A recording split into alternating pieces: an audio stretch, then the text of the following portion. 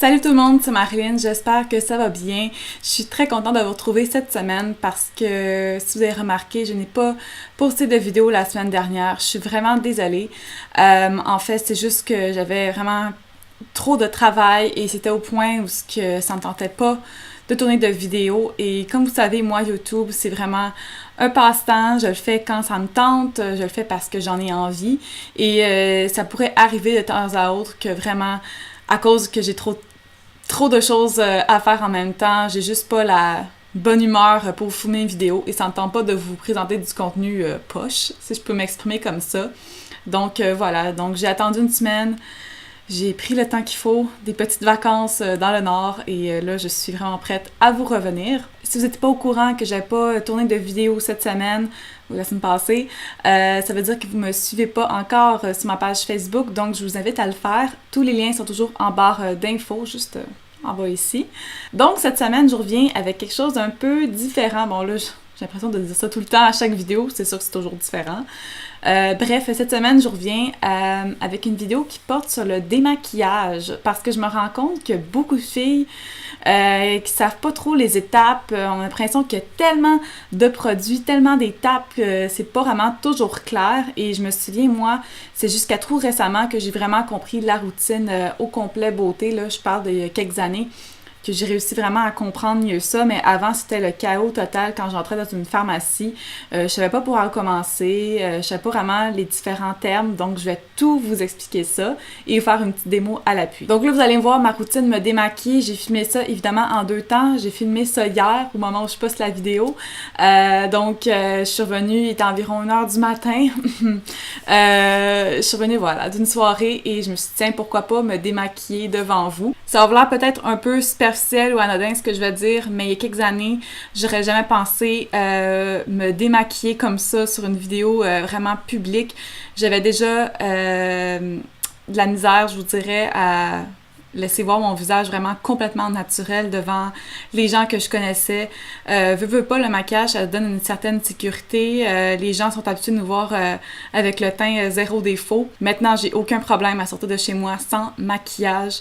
Ça me rend pas, selon moi, moins belle ou plus belle, le maquillage. C'est vraiment quelque chose que je fais pour moi et je me rends compte vraiment de ça. En même temps, je me suis dit, c'est très rare les gens qui ont un teint zéro défaut et je vais vous montrer aujourd'hui que, eh bien non, derrière ce maquillage, j'ai quand même une peau à tendance rosacée et ça m'empêche pas de l'aimer quand même. Voilà. Donc, si ça vous intéresse de savoir un peu plus les étapes d'un bon démaquillage, je vous invite à regarder ce qui suit. Ciao! Donc, la première chose à savoir, c'est que la routine va être assez différente d'une personne à l'autre pour les produits. Dans l'ensemble, les étapes restent les mêmes. Je vais vous présenter les produits que j'utilise aujourd'hui, mais prenez en considération que moi, j'ai la peau mixte à grasse. Donc, si vous avez la peau sèche, s'il vous plaît, demandez à une conseillère beauté dans un magasin de vous conseiller des crèmes hydratantes ou des sérums pour la peau sèche. Donc, c'est vraiment selon ma peau puis mon type de problème que je vais vous montrer ça. Mais dans l'ensemble, la routine reste assez la même pour les étapes d'une personne à l'autre. Donc, la première étape, c'est toujours de se démaquiller. Et je commence toujours par les yeux habituellement parce que c'est là que, bon, j'ai plus de maquillage et ça va embeurrer épais peut-être des fois sur le reste de mon visage, tout dépendant du maquillage que j'ai. Là, cette soirée-là, j'avais un maquillage quand même assez chargé. Donc, je suis allée pour un démaquillant pour les yeux qui est biphasé. Et biphasé, j'entends par là, qui est un maquillage à l'huile et tonifiant. Donc moi ici, ce que j'utilise, c'est ça, c'est un maquillage, là il m'en reste quasiment plus, mais c'est un démaquillant biphasé, donc un peu d'huile et un peu de tonifiant à l'intérieur et vraiment, je le brasse toujours avant l'utilisation, bien sûr, sur un coton démaquillant. En fait, celui-là convient très très bien pour moi quand j'ai des maquillages assez chargés. Par contre, quand j'ai un mascara hydrofuge, je trouve que ça enlève pas assez ce maquillage-là. Donc vraiment, c'est juste quand vous avez des maquillages assez chargés, ça peut faire très bien le travail parce que ça va enlever ça très très bien pour des poudres par exemple. Donc je vais vraiment mettre la solution imbibée sur un tampon démaquillant et je vais attendre environ 5 à 10 secondes sur mes yeux et délicatement, je vais venir vraiment l'enlever. Souvent, ça va prendre plusieurs fois, plusieurs essais pour que vraiment tout soit enlevé et que le coton soit complètement blanc. Donc, ça veut dire qu'il n'y a plus rien à enlever. Mais sinon, si vous n'avez pas de maquillage chargé ou que vous êtes assez naturel, ben vous pouvez dans ce cas-là y aller avec juste un seul démaquillant qui va faire le visage, les yeux, bon, par exemple, les yeux peut-être un petit eyeliner ou un mascara pas hydrofuge, et les lèvres également. Donc pour ça, je vous conseille absolument une eau micellaire. Moi, j'utilise toujours la Bioderma. C'est une eau micellaire, je pense que c'est une des plus vendues au monde, si je me trompe pas, et c'est absolument merveilleux. Je vous jure que l'essayer, c'est l'adopter. Et en fait, c'est une eau comme ça, c'est avec plein de micelles à l'intérieur. Donc, ça va vraiment venir attraper le maquillage. Et c'est super bon pour les peaux sensibles. Il n'y a pas de parfum, pas de parabènes. Ça pique jamais le visage. Tout le monde que je connais qui l'utilise revient toujours à ça parce que j'ai vraiment rien vu de similaire à ça sur le marché. Donc, même chose, je vais le mettre sur un coton démaquillant. Je vais passer ça sur vraiment tout le visage. Je vais repasser même sur les lèvres également. S'il faut prendre 3-4 tampons démaquillants pour tout enlever votre maquillage, ben faites-les parce qu'il faut vraiment s'assurer qu'il n'y ait plus aucun résidu de maquillage sur votre peau. Sinon, ça pourrait occasionner des boutons éventuellement, etc. Si vous démaquillez pas le visage, ça va occasionner vraiment des problèmes pour votre peau. Souvent, ça va boucher les pores, donc c'est là que ça va occasionner plus de boutons. Souvent aussi, ça peut accélérer le processus de vieillissement pour votre peau, donc les petites ridules de déshydratation, les rides, etc.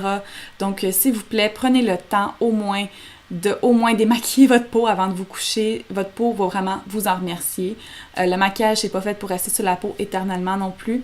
Donc, prenez ça en considération, puis prenez vos petites 5 minutes pour le faire. Et pour le nettoyage, donc là, j'ai pas pu le filmer parce que moi, là, ici, je suis en studio et je le fais devant un lavabo habituellement. Donc, vous allez m'excuser pour cette étape que j'ai oublié de vous filmer. Donc, si vous avez tendance à avoir la peau grasse, mais je vous suggère un nettoyant qui est en gel. Ça, c'est ma texture préférée. Ou sinon, allez-y avec un nettoyant en mousse, qui est quand même assez bien aussi. Et si vous avez la peau sèche, je vous dirais d'aller prendre des crèmes nettoyantes. Donc, il n'y a pas beaucoup de compagnies qui le font, mais il me semble que Vichy, ou je pense La Roche-Posay, le font également. Donc, ça vaut la peine d'aller regarder ça. Et ensuite, la dernière étape pour compléter le démaquillant, on va encore dire que c'est optionnel, mais je vous dirais... C'est quand même important de le faire, ça aussi. Et c'est le tonifiant. Donc, moi, j'ai le Pureté Thermale de Vichy. Je vous dirais, bon, c'est correct, là, mais c'est pas le plus extraordinaire que j'ai vu. Un de mes préférés, c'est celui de La Roche-Posay, comme vous le savez. Donc, c'est ça, le tonifiant, ça va juste venir compléter l'étape du démaquillant et du nettoyage de la peau. Des fois, là, il reste encore du maquillage et ça, le tonifiant va nous le rappeler. Ça va juste vraiment repasser derrière pour s'assurer que tout est enlevé. Et en même temps, ça va un petit peu mieux préparer la peau à recevoir la crème hydratante. Donc ça, le tonifiant, je vous conseille quand même parce que vous mettez ça, vous en mettez pas beaucoup, là, peut-être une fois sur un contour démaquillant, vous passez ça dans le visage.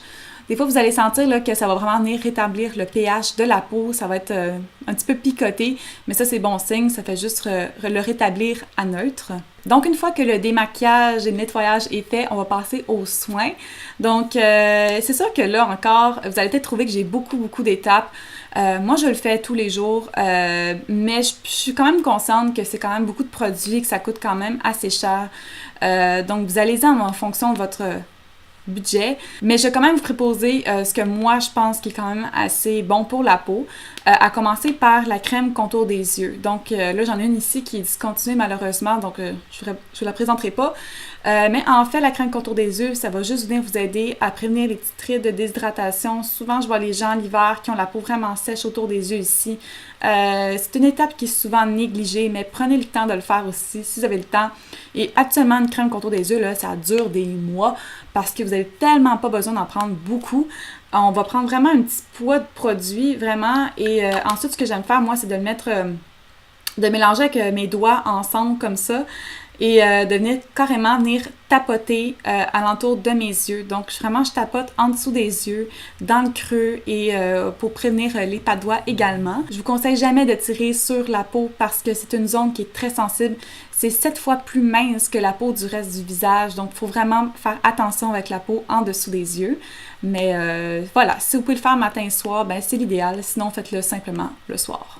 Ensuite, une étape qui est optionnelle parce que ça coûte quand même assez cher comme produit et c'est pas nécessairement tout le monde qui en a besoin, mais c'est le sérum. Et moi, le sérum, que je préfère, c'est vraiment celui-là, c'est celui de Caudalie, c'est un sérum anti-tache. Donc un sérum, qu'est-ce que c'est? C'est un concentré de produits, d'ingrédients actifs qu'on met avant la crème hydratante. On met ça jamais seul, c'est vraiment un complément à la crème hydratante et c'est souvent pour régler un problème. Donc dans ce cas-ci, moi j'ai beaucoup de taches, vous l'avez sûrement vu sur ma peau, j'ai beaucoup de taches d'acné, des taches rouges. Donc dans ce cas-ci, j'ai besoin de quelque chose qui soit éclaircissant, anti-tache. Donc j'applique en général 1 à 2 gouttes. Un sérum, ça a une texture super fluide sur le visage, donc on n'a vraiment pas besoin d'en mettre beaucoup. Donc on met vraiment sur le visage et également dans le cou et le décolleté. Il existe tellement de sérums différents pour tous les problèmes de peau. Il y en a que c'est anti-rougeur pour les peaux sensibles. Il y en a que ça va être anti-rides, je sais pas, fermeté.